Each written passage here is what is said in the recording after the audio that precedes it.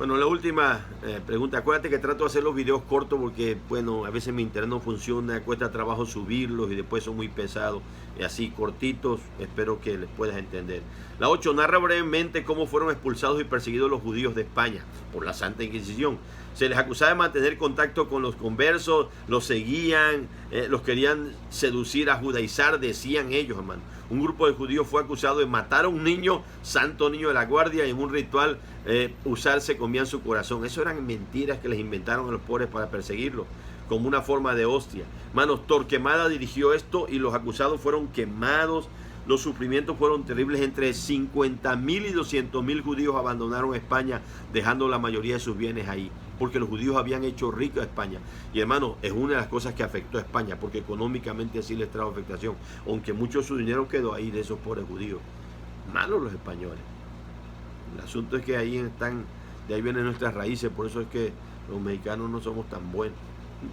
Bueno, ¿qué es Martín Lutero? Entramos a Martín Lutero, camino de la Reforma, ¿no? ¿Qué es Martín Lutero? Para unos y para otros. Para unos el ogro, para los católicos el ogro que destruyó la unidad de la iglesia, la bestia salvaje que holló la viña del Señor, el monje renegado que se dedicó a destruir las bases de la vida monástica. Pero para otros, para nosotros, por lo cual le damos gracias a Dios, es un gran héroe que hizo que una vez más se volviera a predicar el evangelio puro. El campeón de la fe bíblica, el que descubrió solo por fe, solo por gracia, o más bien redescubrió, porque eso está en la Biblia, ¿sí? El gran reformador de la iglesia corrompida, el que hizo volver a la sola escritura.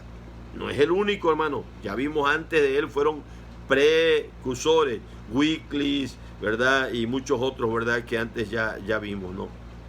Juan Hus, aquel que fue quemado y que dijo que lo quemarían, pero después saldría un ganso. Bueno, a esto se refiere, hermano. Un cisne, a esto se refiere. El ganso fue quemado, Hus, y después saldría un cisne que sería Lutero. Él es el gran reformador de la iglesia corrompida, hermanos, Lutero. 10. La 10, hermanos, es clave. ¿Cuáles fueron las circunstancias que ayudaron al impacto de la reforma de Lutero? Se había inventado la imprenta. Ya había el nacionalismo, el creciente nacionalismo alemán que lo ayudó. Acuérdate, Lutero fue alemán. Los humanistas que soñaban con una reforma y las circunstancias políticas, porque era tiempo oportuno de Dios para la reforma. Todo, como cuando vino Cristo, vino en el cumplimiento del tiempo. Así, en el cumplimiento del tiempo, Dios quiso transformar la vida de este monje. Era un monje, Lutero, lo transformó a él para que después él fuera usado para la reforma. Así que en la 11, ¿cuáles fueron las 4 causas que llevaron a Lutero a ingresar al monasterio en julio de 1505? Cuando tenía apenas 22 años, hermano. En una tormenta eléctrica, él le prometió a Santa Ana que se haría monje, ¿sí?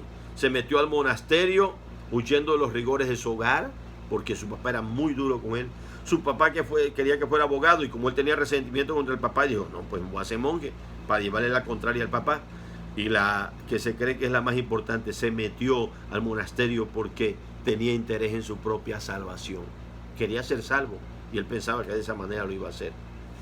Narra un poco de cómo era Lutero en sus años como sacerdote y sus actitudes para con Dios. Desde el inicio le tenía un terror al Dios, hermano, que él creía.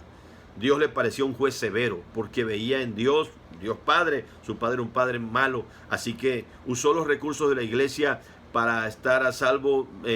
Usaba los recursos de la iglesia para estar a salvo, pero no era suficiente. Así que pasaba horas y horas en el confesionario. Castigaba su cuerpo, ¿sí? Y lo hacía sufrir pensando que de esa manera, a través de penitencia, iba a alcanzar la salvación. Iba al confesionario tanto como fuera posible. Se cree que en una ocasión pidió perdón a Dios y después se acordó que había deseado la pierna de pollo que le habían dado a su compañero al lado, y volvió a pedir perdón al confesionario. O sea, y el confesor le decía, oye, Lutero, esto no es para pedir perdón, pero pedía perdón por todo.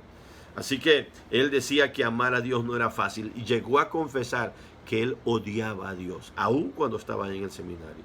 Ahora, vamos a la 13, el gran descubrimiento de Lutero. Ahorita la veremos en otro videito.